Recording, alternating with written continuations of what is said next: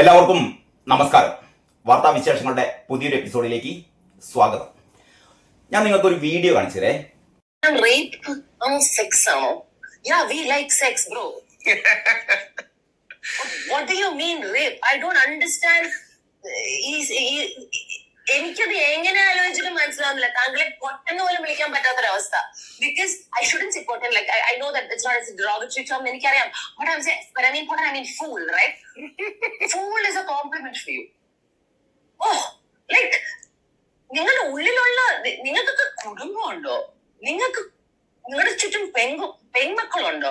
നിങ്ങളുടെ grandfather ആവില്ലേ? Like what is this venom you are spitting യോ?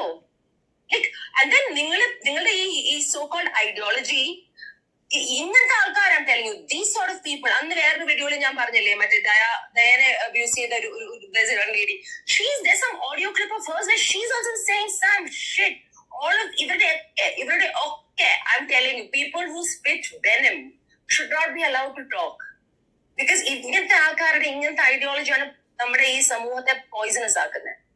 A few bad apples make it poisonous. So അദ്ദേഹം പറഞ്ഞ് ഈ വെടിവെച്ച് കൊന്ന് എല്ലാവരും കുറച്ച് ഡാമേജ് അല്ല, കുറച്ച് പേരെ പിറകിക്കൊണ്ട് പോവാ എന്നൊക്കെ പറയുന്നത് ശരിക്കും, if I could murder, you guys are on my list. I've added you to my list as well. But it's illegal, unfortunately. I'm going to stop spitting venom. Stop it. ഇതിന്റെ ഈ വീഡിയോയുടെ തുടക്കത്തിൽ രാഹുൽ ഈശ്വർ പറയുന്നത് എന്താണെന്നറിയോ? അതായത് കേരളീയ യുവത്വത്തെ ത്രസിപ്പിക്കുന്ന, കേരളീയ യുവത്വത്തിന് ദിശാബോധം നൽകുന്ന രണ്ട് വ്യക്തികളാണത്രേ മാധവ് സുരേഷും രഞ്ജിനി ഹരിദാസും. മാധവ് സുരേഷിന്റെ അഭിപ്രായം പറയാം, ഒരു തെറ്റുമില്ല. രഞ്ജിനി ഹരിദാസിന്റെ അഭിപ്രായം പറയാം. പക്ഷെ ഏറ്റവും അവസാനം നിങ്ങൾ കേട്ടല്ലോ അല്ലേ? അതായത് ടി ജി മോഹൻദാസ് പ്രക്ഷോഭകരെ, അവിടെയുള്ള ഈ ജന്തർ മന്ദറിൽ കൂടിയ വിദ്യാർത്ഥി പ്രക്ഷോഭകരെ വെടിവെച്ച് കൊല്ലണം എന്ന് പറഞ്ഞുകൊണ്ട് എന്താ യഥാർത്ഥത്തിൽ ടി ജി മോഹൻദാസ് പറഞ്ഞു എന്ന് ഞാൻ ഇതിനു മുമ്പ് 2-3 വീഡിയോകളിൽ വളരെ വിശദമായി പറഞ്ഞിട്ടുണ്ട്. അപ്പൊ രഞ്ജിനി ഹരിദാസ് പറയാണ്, ആ ടി ജി മോഹൻദാസിനെ വെടിവെച്ച് കൊല്ലുകയാണ് വേണ്ടതെന്ന്. അത് കേട്ടപ്പോ രാഹുൽ ഈശ്വറിന് എന്തൊരു ആഹ്ലാദം എന്നറിയോ? ഈ രാഹുൽ ഈശ്വറിനെ പോലുള്ള കൂട്ടത്തിൽ നിന്നുകൊണ്ട് ഇന്നലെ വരെ ഇയാൾ ഭയങ്കര ഹൈന്ദവരുടെ ഉന്നമനത്തിന് വേണ്ടിയിട്ട്, ഹൈന്ദവ വിശ്വാസികൾക്ക് വേണ്ടിയിട്ട് പണ്ട് ശബരിമലയിൽ ഷോ കാണിച്ചവൻ. അതിനുശേഷം എന്താണ് സംഭവിച്ചതെന്നൊക്കെ നിങ്ങൾക്കറിയാം. ഇപ്പം ജിഹാദികൾക്ക് വേണ്ടി സംസാരിക്കുന്നു. അതാണ് ടി ജി മോഹൻദാസിനെ എപ്പം തൂക്കിലേറ്റണം എന്ന് പറയുന്നത്. ടി ജി മോഹൻദാസിനെ ഇപ്പം തൂക്കിലേറ്റണം എന്നാണ് രാഹുൽ ഈശ്വർ പറയുന്നത്. എന്തിന് ഇവന്മാർ ഈ മാധവ് സുരേഷും രഞ്ജിനി ഹരിദാസുമാണോ കേരളീയ സാമൂഹിക രാഷ്ട്രീയ വ്യവഹാരങ്ങളെ മൊത്തം നോക്കിക്കാണുകയും അതിനെ നിരീക്ഷിക്കുകയും അതിനെ വിശകലനമൊക്കെ ചെയ്യുന്ന ഏറ്റവും പ്രധാനപ്പെട്ട 2 പേരാണ് ഇവര്? ഇത് പറയുന്നതിന് ഈ ആരോടാ പറയുന്നത്? രഞ്ജിനി ഹരിദാസിന് അത്യാവശ്യം ഇംഗ്ലീഷിൽ നന്നായിട്ട് വർത്തമാനം പറയാൻ അറിയാം. അവര് നല്ലൊരു ആങ്കറാണ്. ആ രീതിയിൽ അവര് ആങ്കർ പണി എടുക്കുന്നത് നല്ല രീതിയിൽ, ശരി.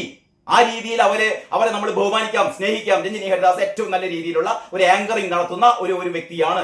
വളരെ നന്നായിട്ട് കമ്മ്യൂണിക്കേറ്റ് ചെയ്യാൻ പറ്റാവുന്ന, ഏത് രീതിയിൽ കമ്മ്യൂണിക്കേറ്റ്, അത്തരം സ്റ്റേജ് ഷോകളിലൊക്കെ നല്ല രീതിയിൽ ഷോ നടത്തുന്ന ഒരാളാണ് എന്ന രീതിയിൽ നമുക്ക് ശരി അവരുടേതായ രീതിയിൽ വിട്ടുകൊടുക്കാം. അതല്ലാതെ ഈ രാഷ്ട്രീയ രംഗത്ത് അല്ലെങ്കിൽ രാഷ്ട്രീയ സാമൂഹിക രംഗത്ത് നടക്കുന്ന ഇത്തരത്തിലുള്ള വ്യവഹാരങ്ങളെ മൊത്തം അപഗ്രഥിച്ചുകൊണ്ട് ഇതിനെ വിശകലനം ചെയ്യാൻ ഇതെന്താ അർഹയാണോ രഞ്ജിനി ഹരിദാസ്?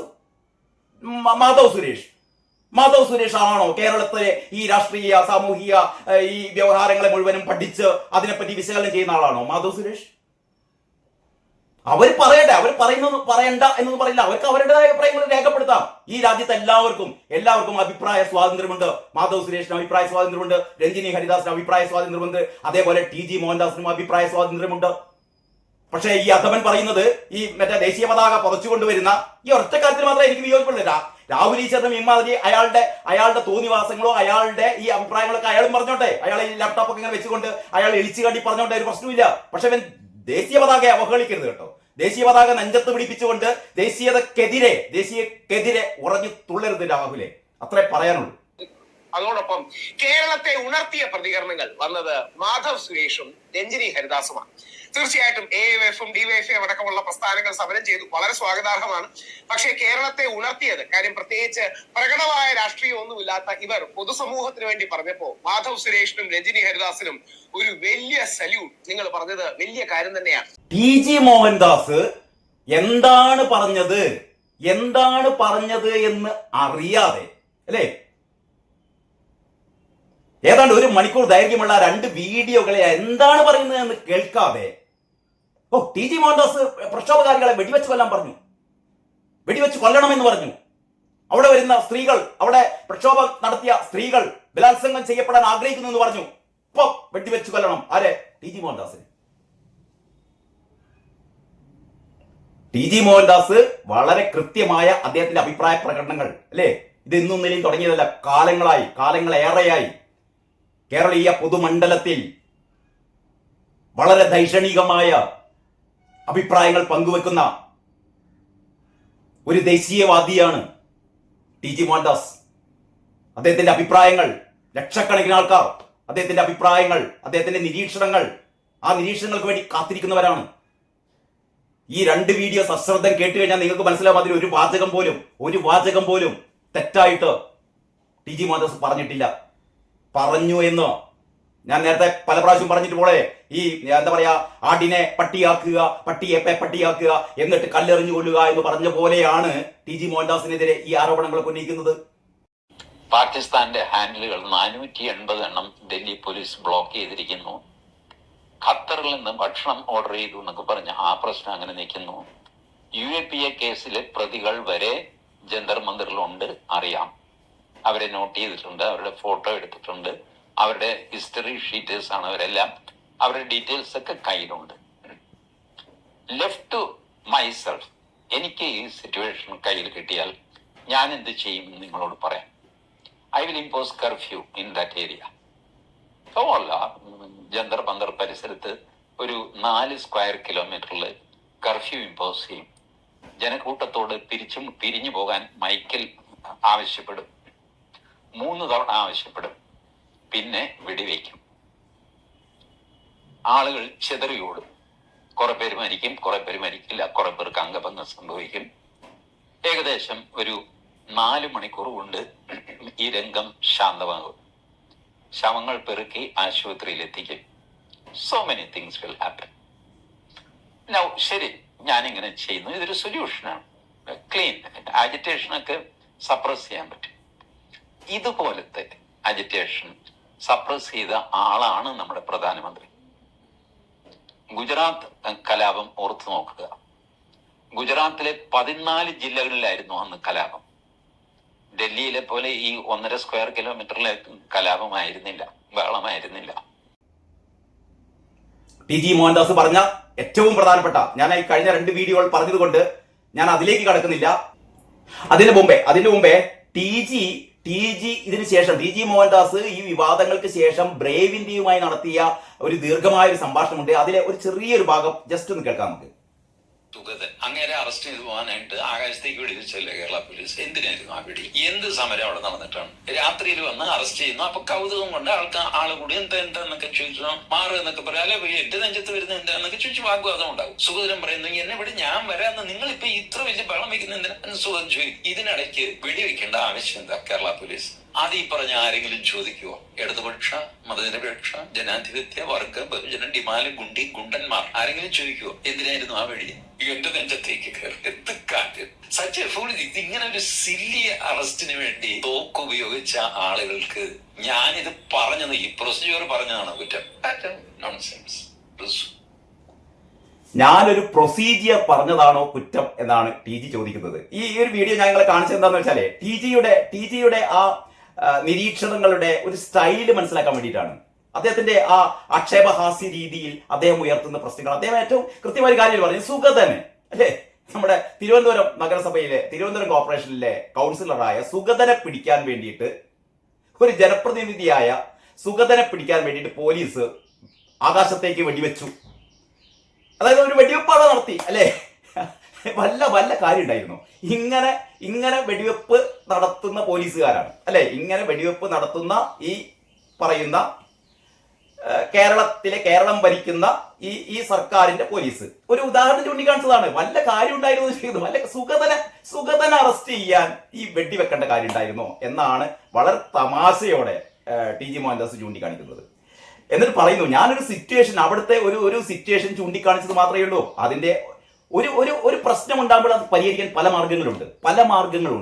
അങ്ങനെ ഒരു മാർഗം മാത്രമാണ് TG മോഹൻദാസ് ആ വീഡിയോയിൽ പറഞ്ഞത്.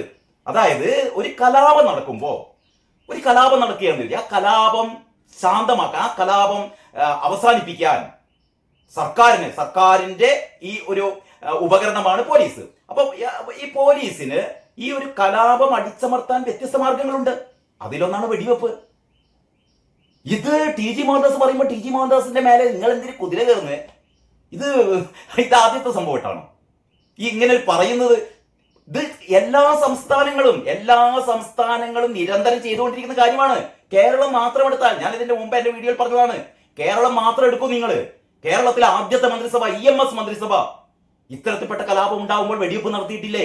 എത്ര വെടിവെപ്പുകൾ അല്ലേ? ചന്ദ്രത്തോപ്പ് വെടിവെപ്പ്, അതാണ് തുടക്കം. എന്റെ ഒരു അറിവില് കേരളത്തിലെ ആദ്യം നടന്ന ഈ പറയുന്ന പോലീസ് വെടിവെപ്പാണ് ചന്ദനത്തോപ്പിലുണ്ടായത്. അവിടെ ഒരു RSP പ്രവർത്തകനെയായിരുന്നു, തൊഴിലാളിയെയായിരുന്നു വെടിവെച്ച് കൊന്നത്. മറ്റൊന്ന് ഫ്ലോറി എന്ന് പറയുന്ന ഒരു ഗർഭിണിയെ, 3 മത്സ്യത്തൊഴിലാളികളെ വലിയ തുറയിൽ വെടിവെച്ച് കൊല്ലുന്നു. അങ്കമാലിയില് വെടിവെപ്പിൽ 7 പേരാണ് മരിച്ചത്. മൊത്തം ഒരു 15 പേരെ എങ്കിലും EMS സർക്കാരിന്റെ പോലീസ് വെടിവെച്ച് കൊന്നിട്ടുണ്ട് എന്നാണ് ചരിത്രരേഖകളിൽ നമുക്ക് മനസ്സിലാക്കാൻ പറ്റുന്നത്. പിന്നീട് അതിനുശേഷം എത്ര വെടിവെപ്പുകൾ. കൂത്തുപറമ്പിൽ 5 DYFIക്കാർ വെടിവെച്ച് കൊന്നില്ലേ? അതിലൊരു പുഷ്പൻ ജീവിതകാലം മുഴുവനും നരകയാതന അനുഭവിച്ചുകൊണ്ട് അവസാനം യാത്രയായില്ലേ? മുത്തങ്ങയിൽ ഒരു ആദിവാസിയെ വെടിവെച്ച് കൊന്നില്ലേ? ജോഗിയെ. അങ്ങനെ എത്ര വെടിവെപ്പുകൾ നടന്നു. TG മോഹൻദാസ് അത്രേ പറഞ്ഞിട്ടുള്ളൂ. ഡൽഹിയിൽ ജന്തർ മന്ദറിൽ നടന്നൊരു വിദ്യാർത്ഥി കലാപം, അതൊരു കലാപം തന്നെയായിരുന്നു. നമ്മൾ കണ്ടിട്ടില്ലേ? നമ്മൾ എത്ര വീഡിയോയിൽ കണ്ടു. അവിടെ പോലീസുകാരെ ആക്രമിക്കുന്നു, പോലീസുകാർക്കാരെ കല്ലെറിയുന്നു, പോലീസുകാരെ അടിക്കുന്നു, മാധ്യമപ്രവർത്തകരെ വളഞ്ഞിട്ട് ആക്രമിക്കുന്നു, പൊതുമുതൽ നശിപ്പിക്കുന്നു, വാഹനങ്ങൾ അടിച്ച് തകർക്കുന്നു, CCTV ക്യാമറകൾ തകർക്കുന്നു. ആകെ ഒരു കലാപ അന്തരീക്ഷമല്ലായിരുന്നു ഇവിടെ. അങ്ങനെ ഒരു അന്തരീക്ഷം ശാന്തമാക്കാൻ വേണ്ടിയിട്ട് യഥാർത്ഥത്തിൽ അവിടെ ചെയ്യേണ്ടിയിരുന്നത്, അങ്ങനെയാണ് TG മോഹൻദാസ് ആ വീഡിയോയിൽ പറഞ്ഞത്, ഞാനായിരുന്നു പ്രധാനമന്ത്രിയെങ്കിൽ, അങ്ങനെയാണ് അദ്ദേഹം പറഞ്ഞത്, ഞാനായിരുന്നു പ്രധാനമന്ത്രിയെങ്കിൽ ഞാൻ ചെയ്യുക, അവിടെ ഞാൻ ആദ്യം കർഫ്യൂ പ്രഖ്യാപിക്കും. വെറുതെ ഞാൻ അവിടുത്തെ പ്രക്ഷോഭകാരികളെ വെടിവെച്ച് കൊല്ലുന്ന വിദ്യാർത്ഥികളെ വെടിവെച്ച് കൊല്ലുന്നല്ല പറഞ്ഞത്. ഞാനായിരുന്നെങ്കിൽ അവിടെ ആദ്യം കർഫ്യൂ പ്രഖ്യാപിക്കും, നിരോധനാജ്ഞ പ്രഖ്യാപിക്കും, എന്നിട്ട് ഞാൻ മൈക്ക് അനൗൺസ്മെന്റ് നടത്തും, ഇതാ പോലീസ് വെടിവെക്കാൻ പോവുകയാണ്, പിരിഞ്ഞു പോകണം. 3 പ്രാവശ്യം ഞാൻ മൈക്ക് അനൗൺസ്മെന്റ് നടത്തും. അത് കഴിഞ്ഞിട്ട് വെടിവെക്കും. ഇത് നിയമപ്രകാരം ചെയ്യാവുന്ന കാര്യമാണ്. നിയമപ്രകാരം ചെയ്യാവുന്നതും ചെയ്തതും ഒക്കെയായ കാര്യമാണ്. അത്രയേ TG മോഹൻദാസ് പറഞ്ഞിട്ടുള്ളൂ. അതാണ് TG മോഹൻദാസ് പറയുന്നു, വിദ്യാർത്ഥികളെ വെടിവെച്ച് കൊല്ലണം. എന്താ ചെയ്യാ? അദ്ദേഹം പ്രധാനമന്ത്രി ആയിരുന്നുവെങ്കിൽ അദ്ദേഹം എങ്ങനെ പറയുമെന്ന് പറഞ്ഞിട്ട് അദ്ദേഹം നേരെ പറയുന്ന എന്താണെന്നറിയോ? ഇപ്പൊ ഞാൻ ഒരു എന്താ പറയാ, താഴെ നിലയിൽ നിൽക്കുന്ന ഒരാളാണ്. പ്രധാനമന്ത്രി നരേന്ദ്രമോദി എത്ര ഉയരത്തിലാണ്. അദ്ദേഹം ഈ ഒരു സിറ്റുവേഷൻ ശാന്തമാക്കാൻ അദ്ദേഹം ചെയ്തത് വെടിവെക്കുകയല്ല. അദ്ദേഹം ചെയ്തത് എന്താണ്? നമ്മളെല്ലാവരും അറിഞ്ഞ കാര്യമല്ലേ? ഈ പ്രക്ഷോഭകാരികൾക്ക് മുമ്പിൽ മുട്ടുമടക്കി കൊടുത്തു. അതും ഞാൻ നേരത്തെ നിങ്ങളോട് പറഞ്ഞതാണ്. അതായത് ചില ഘട്ടങ്ങളിൽ ഒടിക്കുന്നതിന് പകരം നമ്മൾ വളഞ്ഞു കൊടുക്കും. നമ്മൾ തൽക്കാലം വളഞ്ഞു കൊടുത്തിട്ട് ആ ഒടിക്കൽ ഒഴിവാക്കും. നരേന്ദ്രമോദി അതാണ് ചെയ്തത്. നരേന്ദ്രപ്രധാൻ രാജിവെപ്പിക്കാണോ നിങ്ങൾക്ക് വേണ്ടത്? ശരി, ഇതാ പ്രധാൻ രാജിവെക്കുന്നു. പിന്നെ എന്താ വേണ്ടത്? നിങ്ങൾക്കെതിരെയുള്ള കേസുകൾ പിൻവലിക്കണം അല്ലേ? ഓൾറെഡി. അപ്പോഴാണ് സുപ്രീം കോടതി പറഞ്ഞത് അങ്ങനെ പിൻവലിക്കാനൊന്നും പറ്റില്ല, കേസുകളൊക്കെ നടക്കട്ടെ. അപ്പോഴാണ് അഭിജിത്ത് ദീപ്കയ്ക്ക് കുരുവെട്ടുന്നത്. സുപ്രീം കോടതി പറയുന്നത് നമ്മൾ കേൾക്കില്ല. എത്രമാത്രം അപകടകരമായ അവസ്ഥയിലൂടെയാണ് നമ്മുടെ രാജ്യം കടന്നു പോകുന്നത് നോക്കിക്കേ അല്ലേ? കലാപകാരികളുടെ നേതാവ് പറയാണ് സുപ്രീം കോടതി പറയുന്നത് നമ്മൾ കേൾക്കില്ല എന്ന്. ഇവന് മറ്റേ പിന്തുണ പ്രഖ്യാപിക്കാനായിരുന്നു ഇവിടുന്ന് രഞ്ജിനി ഹരിദാസ് അങ്ങോട്ടേക്ക് പ്ലെയിൻ കയറിയത്. അവിടെ പോയിട്ട് അഭിജിത്ത് ദീപ്കയ്ക്ക് പിന്തുണ പ്രഖ്യാപിക്കുകയായിരുന്നു. ആ രഞ്ജിനി ഹരിദാസിനെയാണ് ഇപ്പം ഈ പറയുന്ന രാഹുൽ ഈശ്വർ വാഴ്ത്തുന്നത്. ഇതാണ് കേരളീയ സമൂഹത്തിന്റെ മൊത്തം ഉത്തേജിപ്പിക്കുന്ന മറ്റേ കൊളസ്ട്രോളാണത്രേ രഞ്ജിനി ഹരിദാസ്, പിന്നെ ഈ മാധവ് സുരേഷും. ടി ജി മോഹൻദാസിന്റെ ഈ അഭിപ്രായ പ്രകടനത്തെ പരാമർശിച്ചുകൊണ്ട് ജിതിൻ കൃഷ്ണ പങ്കുവെച്ച ഒരു ഫേസ്ബുക്ക് പോസ്റ്റ് ഉണ്ട്. ജിതിൻ കൃഷ്ണ പങ്കുവെച്ച ആ ഫേസ്ബുക്ക് പോസ്റ്റ് ഇങ്ങനെയാണ്. അതായത് T G Mohandas RSS കാര്യകർത്താവല്ല, CJP വിഷയത്തിലെ പ്രസ്താവന അപലപനീയം. RSSന്റെ ഒരു നേതാവ് TGയെ തള്ളിപ്പറഞ്ഞിട്ടുണ്ട്. അതുകൂടി പരാമർശിച്ചുകൊണ്ടാണ് ജിതിൻ കൃഷ്ണ ഈ ഫേസ്ബുക്ക് കുറിപ്പ് പങ്കുവെക്കുന്നത്. അതിങ്ങനെയാണ്: T G Mohandas Thiruvananthapuram engineering കോളേജിൽ നിന്ന് BTech പൂർത്തിയാക്കി കെൽട്രോണിൽ എഞ്ചിനീയർ ആയിരുന്നു അദ്ദേഹം. ടി ജി മോഹൻദാസിനെ കുറിച്ച് കൂടുതൽ അറിയാത്ത ആൾക്കാർക്ക് വേണ്ടി കൂടിയാണ് ഇത് പറയുന്നത് കേട്ടോ. പലരും ഈ ഇത് കേൾക്കുമ്പോഴത്തേക്ക് ടി ജി മോഹൻദാസ് എന്തോ വിദ്യാർത്ഥികളെ വെടിവെച്ച് കൊല്ലണം എന്ന് പറയുന്ന ആളാണ്, ഇവിടെ സ്ത്രീകളെ മുഴുവനും ബലാത്സംഗം ചെയ്യണം, അല്ലെങ്കിൽ സ്ത്രീകൾ ബലാത്സംഗം ഇഷ്ടപ്പെടുന്നവരാണ് എന്നൊക്കെ പറയുന്ന ഒരു അധമനാണ് ടി ജി മോഹൻദാസ് എന്നൊക്കെ കരുതുന്ന ചിലർക്ക് അവരുടെ തെറ്റിദ്ധാരണ മാറ്റാൻ ആരാണ് ടി ജി മോഹൻദാസ് എന്ന് വളരെ കൃത്യമായി രേഖപ്പെടുത്തുന്ന ഫേസ്ബുക്ക് പോസ്റ്റാണിത്. അപ്പൊ എന്താണ്, അദ്ദേഹം തിരുവനന്തപുരം എഞ്ചിനീയറിംഗ് കോളേജിൽ നിന്ന് BTech പൂർത്തിയാക്കി കെൽട്രോണിൽ എഞ്ചിനീയർ ആയിരുന്നു അദ്ദേഹം. എഞ്ചിനീയറിംഗ് ജോലിയിൽ നിന്ന് റിട്ടയർ ചെയ്ത ശേഷമാണ് അദ്ദേഹം എറണാകുളം ഗവൺമെന്റ് ലോ കോളേജിൽ നിന്ന് LLB പൂർത്തിയാക്കിയത്. അതും 55 വയസ്സിന് ശേഷമോ മറ്റോ ആണ്. ഓക്കെ, ഈ ഒരൊറ്റ കാരണം കൊണ്ട് തന്നെ ആ മനുഷ്യനെ അളക്കുമ്പോൾ 2 വട്ടം ആലോചിക്കണം. കാരണം ഈ പ്രായത്തിലും പുതിയ കാര്യങ്ങൾ പഠിക്കാനും അറിയാനും അറിയിക്കാനും വായിക്കാനും കഴിവുള്ള മനുഷ്യർ നമ്മൾ ചിന്തിക്കുന്നതിലും എത്രയോ മുകളിലാണ് എന്നതാണ് സത്യം. നമുക്കറിയുന്ന TG ആരാണ്? വ്യാജ വാർത്തകൾ നിറഞ്ഞാടിയ കാലത്ത് പ്രവർത്തകർ പ്രതിരോധത്തിലാവുമ്പോൾ അവർക്ക് വിഷയത്തിൽ ക്ലാരിറ്റി നൽകാൻ വേണ്ടി സ്വന്തം നിലയിൽ വീഡിയോ ചെയ്തിടുന്ന ഒരാൾ. പിന്നീട് ഇത് ജനം TVയിലേക്ക് പൊളിച്ചെഴുത്ത് എന്ന പേരിൽ വന്നു തുടങ്ങി. ഇതല്ലേ നമ്മൾ അറിയുന്ന TG. അതിനും എത്രയോ മുന്നേ കേസരിയിലും ഓർഗനൈസറിലും സ്ഥിരമായി ലേഖനങ്ങൾ എഴുതുന്ന TG ഉണ്ടായിരുന്നു. ജന്മഭൂമിയിൽ മാനേജറായിരുന്ന BJP സംസ്ഥാന ചുമതലയിൽ ഉണ്ടായിരുന്ന TG, ഭാരതീയ വിചാര കേന്ദ്രത്തിന്റെ ജനറൽ സെക്രട്ടറിയും വൈസ് പ്രസിഡന്റുമായിരുന്ന TG, രാഷ്ട്രീയ സ്വയം സേവക് സംഘത്തിന്റെ കീഴിലുള്ള അയോധ്യ പ്രിന്റേഴ്സിന്റെ ജനറൽ മാനേജർ ആയിരുന്ന TG. അപ്പോൾ എത്രമാത്രം സംഘപരിവാർ പ്രസ്ഥാനങ്ങളുമായി TGക്ക് ബന്ധമുണ്ടായിരുന്നു എന്ന് സൂചിപ്പിക്കുകയാണ് ജിതിൻ കൃഷ്ണ. ആ TGയെയാണ് സംഘം തള്ളിപ്പറഞ്ഞിരിക്കുന്നത്. അതായത് TG RSSന്റെ കാര്യകർത്താവല്ല എന്നാണ് പറഞ്ഞത്. ഇതിനെക്കുറിച്ച് പറഞ്ഞാൽ സംഘടനാ വിരുദ്ധത സംസാരിക്കേണ്ടതായി വരും. അത് അവിടെ നിൽക്കട്ടെ, അത് വഴിയെ പറയാം. ഇനി TG പറഞ്ഞത് എന്താണ് എന്ന് നോക്കാം. ഇതാണ് നിങ്ങളെ അറിയിക്കാൻ ഞാൻ ഈ ഒരു വീഡിയോ ഉദ്ദേശിക്കുന്നത്. ഈ വീഡിയോയിൽ ഞാൻ ഉദ്ദേശിക്കുന്ന ഏറ്റവും പ്രധാനപ്പെട്ട കാര്യം ഇതാണ് കേട്ടോ.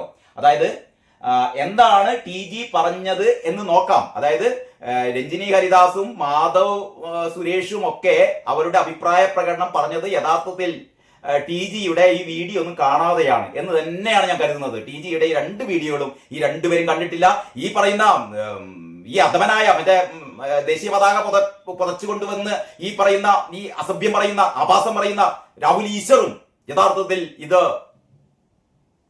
മുഴുവൻ കേട്ടിട്ടുണ്ടാവില്ല, കണ്ടിട്ടുണ്ടാവില്ല. ഇനി കണ്ടെങ്കിലും കേട്ടെങ്കിലും മനഃപൂർവ്വം നമ്മുടെ ദേശീയതയെ തുരങ്കം വെക്കാൻ വേണ്ടിയിട്ട്, നമ്മുടെ ദേശീയതയെ തുരങ്കം വെക്കാൻ RSSനെ BJPയെ അപകീർത്തിപ്പെടുത്താൻ വേണ്ടിയിട്ട് ഇയാള് ജിഹാദികളുടെ കൂടെ നിന്നുകൊണ്ട് ഇയാൾ നടത്തുന്ന വെളുപ്പിക്കൽ മാത്രമാണ് കേട്ടോ.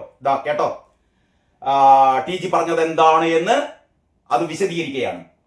അപ്പൊ TGയുടെ ആ സംസാരം കോട്ട് ചെയ്തുകൊണ്ട് പറയാണ്, ഞാനാണ് അവിടെ കാര്യങ്ങൾ കൈകാര്യം ചെയ്യുന്നതെങ്കിൽ, അതായത് TG ആ വീഡിയോയിൽ പറഞ്ഞ കാര്യം ഇതാണ്. TGയുടെ ആ വീഡിയോ കാണാത്തവർക്ക് കൂടി ഉപകാരപ്രദമാവട്ടെ കേട്ടോ. അതായത് ഞാനാണ് അവിടെ കാര്യങ്ങൾ കൈകാര്യം ചെയ്യുന്നതെങ്കിൽ ജന്തർ മന്ദറിന് ചുറ്റുമുള്ള 4 ചതുരശ്ര കിലോമീറ്റർ ചുറ്റളവിൽ കർഫ്യൂ പ്രഖ്യാപിക്കും. അതിനുശേഷം പിരിഞ്ഞു പോകാൻ ആളുകളോട് 3 തവണ വിളിച്ചു പറയും. എന്നിട്ടും പിരിഞ്ഞു പോയില്ല എങ്കിൽ വെടിവെക്കാൻ ഉത്തരവിടും. ആളുകൾ ജീവനും കൊണ്ടോടും, ചിലർ മരിക്കും, ചിലർക്ക് വൈകല്യങ്ങൾ സംഭവിക്കും. 4 മണിക്കൂറിനുള്ളിൽ സാഹചര്യം ശാന്തമാകും. അതിനുശേഷം മൃതദേഹങ്ങൾ എടുത്ത് ആശുപത്രികളിലേക്ക് മാറ്റും. ഇത്രയും കേട്ടപ്പോൾ ഇങ്ങനെ എന്ത് വിവരക്കേടാണ് പറയുന്നത് എന്ന് സ്വാഭാവികമായും എനിക്കും തോന്നിയിരുന്നു. അതായത് ജിതിൻ കൃഷ്ണ പറയാണ്, എനിക്കും തോന്നിയിരുന്നു ഇയാൾ എന്ത് വിവരക്കേടൊക്കെയാണ് പറയുന്നത്. അതിനുശേഷം ബാക്കി പറയുന്നത് ഇങ്ങനെയാണ്. അതിനുശേഷം ബാക്കി എന്താണ് TG പറഞ്ഞതെന്ന് കൂടി നോക്കാം. ഇതുപോലുള്ള സാഹചര്യം മുന്നേ നേരിട്ട ആളാണ് നമ്മുടെ പ്രധാനമന്ത്രി. ഗുജറാത്തിൽ 14 ജില്ലകളിലായിരുന്നു കലാപം. ഡൽഹിയിൽ നടന്ന പോലെ 1.5 സ്ക്വയർ കിലോമീറ്ററിലായിരുന്നില്ല. അന്ന് കോൺഗ്രസ് ഭരിക്കുന്ന അയൽ സംസ്ഥാനങ്ങളായ മധ്യപ്രദേശിലും രാജസ്ഥാനിലും ഒക്കെ പോലീസ് സഹായത്തിനു വേണ്ടി അഭ്യർത്ഥിച്ചുവെങ്കിലും പോലീസിനെ വിട്ടുകൊടുത്തിരുന്നില്ല. അങ്ങനെ ഒറ്റപ്പെട്ടു പോയവനാണ്. ഇതൊക്കെ കണ്ടവനാണ് മോദി, അനുഭവിച്ചവനാണ്, എന്നിട്ടും നേരിട്ടവനാണ്. ഇവിടെയും ഒരേ ഒരു കാര്യം, ഇത് വേണോ വേണ്ടയോ എന്നുള്ളതാണ്. ഇവിടെയും ഒരേ ഒരു കാര്യം, ഇത് വേണോ വേണ്ടയോ എന്നുള്ളതാണ്. അടിച്ചമർത്തണോ തോറ്റുകൊടുക്കണോ? മോദിയുടെ മുന്നിലുണ്ടായത് പ്രധാന പ്രശ്നമായിരുന്നു ഡൽഹിയിൽ. അടിച്ചമർത്തണോ അതോ തോറ്റുകൊടുക്കണോ? ഞാനാണേൽ അടിച്ചമർത്താൻ തീരുമാനിക്കും.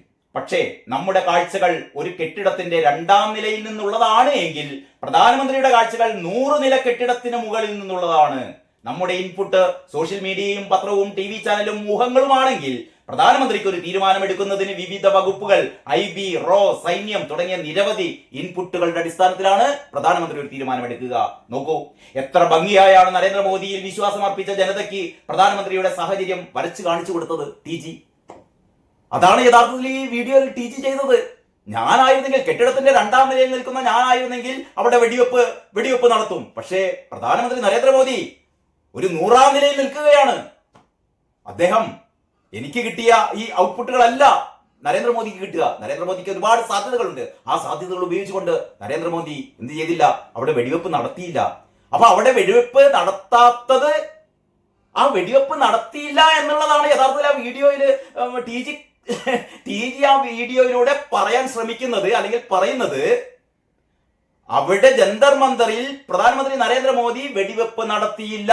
അതാണ് നരേന്ദ്രമോദിയുടെ തന്ത്രപ്രധാനമായ വിജയം എന്ന് ചൂണ്ടിക്കാണിക്കുകയാണ് ഈ TG ചെയ്തത്. അതിനു വേണ്ടിയിട്ടാണ് അദ്ദേഹം പറഞ്ഞത്, ഞാനായിരുന്നെങ്കിൽ, ഞാൻ 2ാം നിലയിൽ നിൽക്കുന്ന ഞാനായിരുന്നെങ്കിൽ ഞാൻ അവിടെ വെടിവെപ്പ് നടത്താൻ വേണ്ടി പറയും.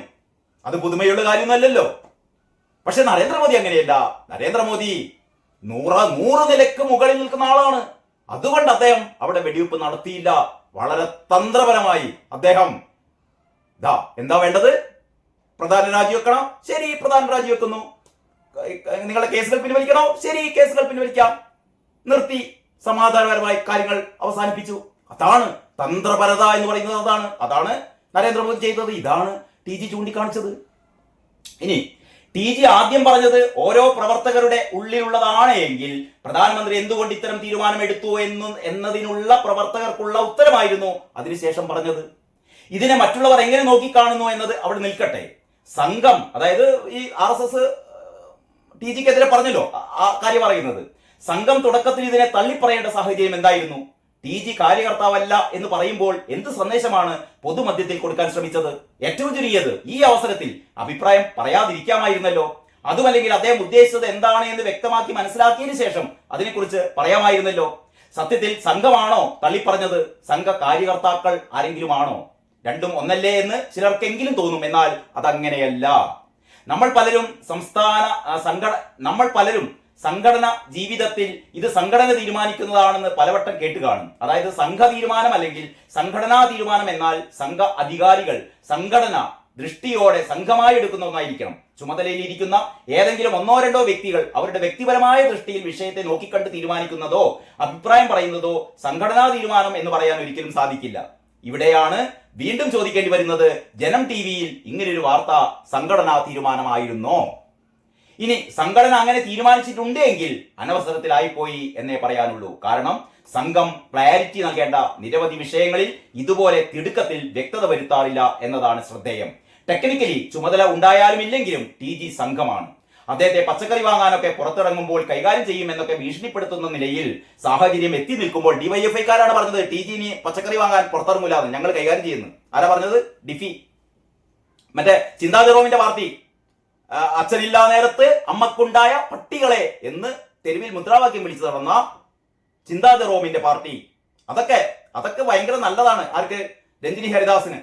ആ രഞ്ജിനി ഹരിദാസ് ആണ് ഇവിടെ നമ്മുടെ സമൂഹത്തെ മുന്നോട്ട് നയിക്കുന്നത് എന്ന് രാഹുൽ ഈശ്വർ പറയുമ്പോൾ യഥാർത്ഥത്തിൽ എന്താണ് TG മോഹൻദാസ് പറഞ്ഞത്? അതിന് സംഘപരിവാർ പോലും RSS പോലും TG മോഹൻദാസിനെ എതിർക്കുമ്പോൾ എന്താണ് യഥാർത്ഥത്തിൽ ആർക്കാണ് തെറ്റുപറ്റിയതെന്ന് ജിതിൻ കൃഷ്ണ തന്റെ ഫേസ്ബുക്കിലൂടെ ചൂണ്ടിക്കാണിക്കുകയാണ്. അപ്പം ഏതായാലും അത് ഈ പ്രതികരണം അവസാനിക്കുന്നത് ഇങ്ങനെയാണ്. ആ രീതിയിൽ ഭീഷണിപ്പെടുത്തുന്ന നിലയിൽ സാഹചര്യം എത്തി നിൽക്കുമ്പോൾ അപലപനീയം എന്ന് സംഘം തന്നെ പറയുമ്പോൾ അദ്ദേഹം കുറ്റക്കാരനാണെന്ന് സംഘവും അംഗീകരിക്കുന്നു എന്ന് സമ്മതിക്കൽ കൂടിയാണ്. അദ്ദേഹം പറഞ്ഞത് അദ്ദേഹത്തിന്റെ വ്യക്തിപരമായ അഭിപ്രായമാണ് എന്ന് പറഞ്ഞാലും തെറ്റില്ലായിരുന്നു. അതും അല്ലേ ഈ അവസരത്തിൽ ഒന്നും പ്രതികരിച്ചിട്ടില്ല എങ്കിലും ആ വിഷയം അങ്ങനെ അങ്ങ് പോയേനെ. പ്രതികരണം കണ്ടപ്പോൾ സത്യത്തിൽ ഓർമ്മ വന്നത് ജോസഫ് മാഷിനെ വേട്ട മൃഗങ്ങൾക്ക് എറിഞ്ഞുകൊടുത്ത സഭയെയാണ്. യഥാർത്ഥത്തിൽ അതാണ്. ജോസഫ് മാഷിന്റെ കൈവെട്ടിയപ്പോൾ ജോസഫ് മാഷിനെ കലാപകാരികൾക്ക് ഈ പറയുന്ന അധമർക്ക് മുമ്പിലേക്ക് എറിഞ്ഞുകൊടുത്ത കത്തോലിക്ക സഭ ഏത് രീതിയിലാണോ ജോസഫ് മാഷെ കൈവിട്ടത്, അതേപോലെയാണ് ഇപ്പോൾ ടി.ജി. മോഹൻദാസിനെ RSS കൈവിടുന്നത് എന്ന് ഭംഗ്യന്തരേണ സൂചിപ്പിക്കുകയാണ് ഈ പോസ്റ്റിലൂടെ ജിതിൻ കൃഷ്ണ ചെയ്തത്. അപ്പൊ ഏതായാലും കാര്യങ്ങൾ ഒന്നുകൂടി നിങ്ങൾക്ക് വ്യക്തമായി എന്ന് കരുതുന്നു. ഇവിടെ രാഹുൽ ഈശ്വർ കത്തിക്കാൻ വേണ്ടി ശ്രമിക്കുന്നുണ്ട്. അറിഞ്ഞോ അറിയാതെയോ സുരേഷ് എന്താ പറയാ മാധവ് സുരേഷും ഈ രഞ്ജിനി ഹരിദാസും ആർക്കൊക്കെ വേണ്ടിയിട്ടാണ് സംസാരിക്കുന്നതെന്ന് ഏറെക്കുറെ നിങ്ങൾക്കും ബോധ്യമായിട്ട് ഉണ്ട് എന്ന് കരുതുന്നു. അപ്പോൾ ഇങ്ങനെയൊക്കെയാണ് നമ്മുടെ നാട്ടിലെ കാര്യങ്ങൾ പോകുന്നത് കേട്ടോ. അപ്പോൾ ഇത് സശ്രദ്ധം ആരുടെയും താളത്തിൽ തുള്ളാതെ നിങ്ങളുടെ സവിശേഷമായ ബുദ്ധിയാൽ, നിങ്ങളുടെ സവിശേഷമായ എന്താ പറയാ ചിന്താശേഷി കൊണ്ട് അപഗ്രഥിക്കേണ്ട വിഷയങ്ങളാണ് നമ്മുടെ ചുറ്റും നടക്കുന്നത്. നോക്കിക്കണ്ട് കാര്യങ്ങൾ തീരുമാനിച്ചാൽ, കാര്യങ്ങൾ മനസ്സിലാക്കിയാൽ നമുക്ക് നല്ലത്, നമ്മുടെ രാജ്യത്തിന് നല്ലത്. അത്രേ ഞാൻ പറയുന്നുള്ളൂ. എല്ലാവർക്കും നന്ദി, നമസ്കാരം.